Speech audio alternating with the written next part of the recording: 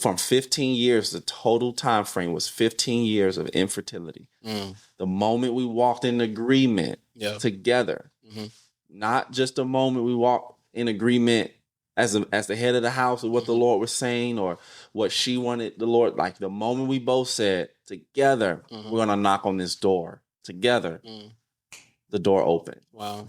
And we saw an accelerated blessing. Yeah.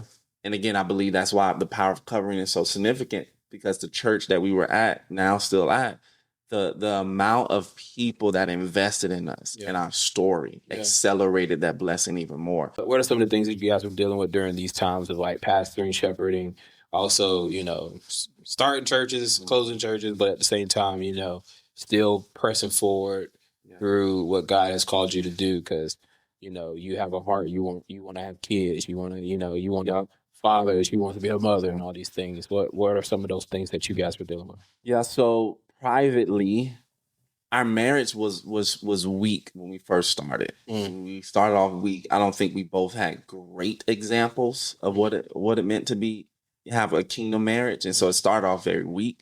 I abandoned my wife emotionally probably for the first 4 years of our marriage to pursue pharmacy and pursue that. And so in that process of those first 4 years, we had a miscarriage. And so I wasn't there for her emotionally during the miscarriage. Didn't know how to be.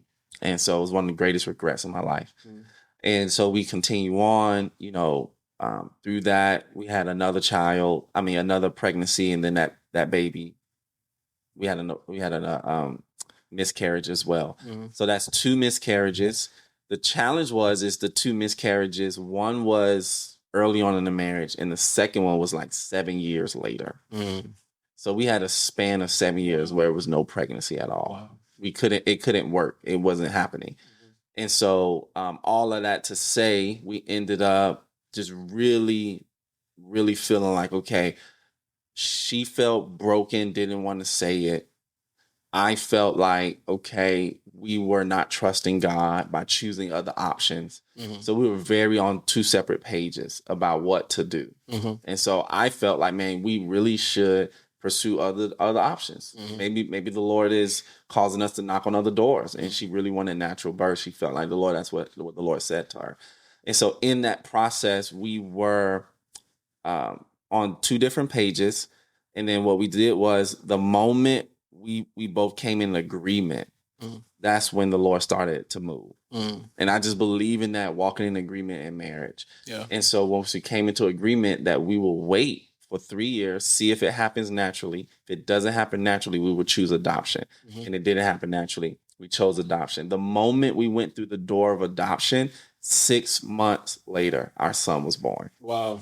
So from 15 years, the total time frame was 15 years of infertility. The moment we walked in agreement together, not just a moment we walked in agreement as the head of the house of what the Lord was saying or what she wanted the Lord, like the moment we both said together, we're going to knock on this door together, the door opened. Wow. And we saw an accelerated blessing. Yeah. And again, I believe that's why the power of covering is so significant, because the church that we were at, now still at, the amount of people that invested in us and our story accelerated that blessing even more. We raised $38,000 crazy for the adoption. We paid 10 ourselves, so it was $48,000 for the initial adoption. And so he's born. We're in the hospital with him, healthy delivery, everything. And the house that we're in now, we had about 25 people in this house while we were in the hospital. Wow. They were building our beds. Yeah. They hung floating shelves. They put our TVs up. And the design. I mean, they were doing everything, getting this house ready. Like, the power of the village and the community is so strong.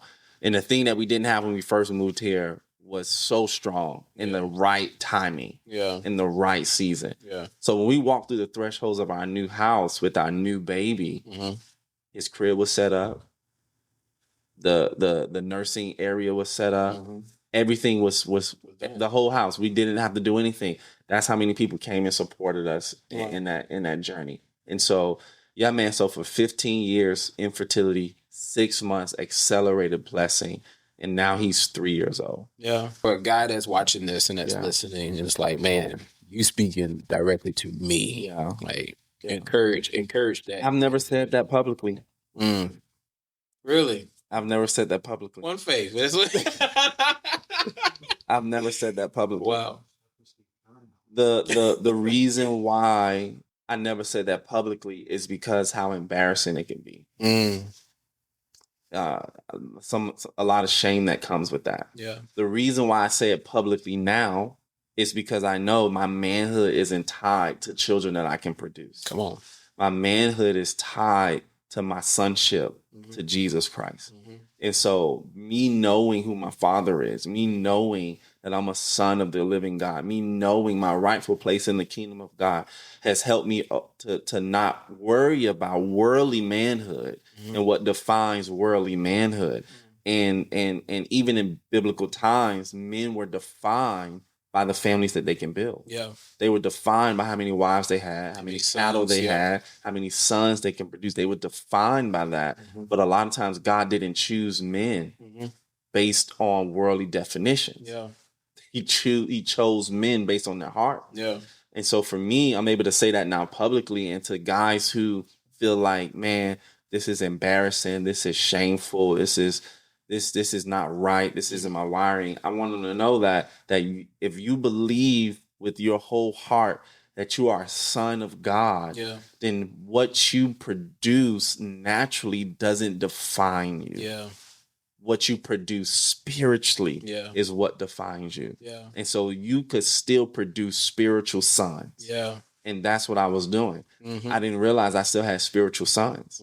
I had spiritual sons that I was producing. I had spiritual sons that I was pouring into. I had spiritual sons who were actually receiving from me as a spiritual father and didn't even realize it, that I was being a spiritual father for them.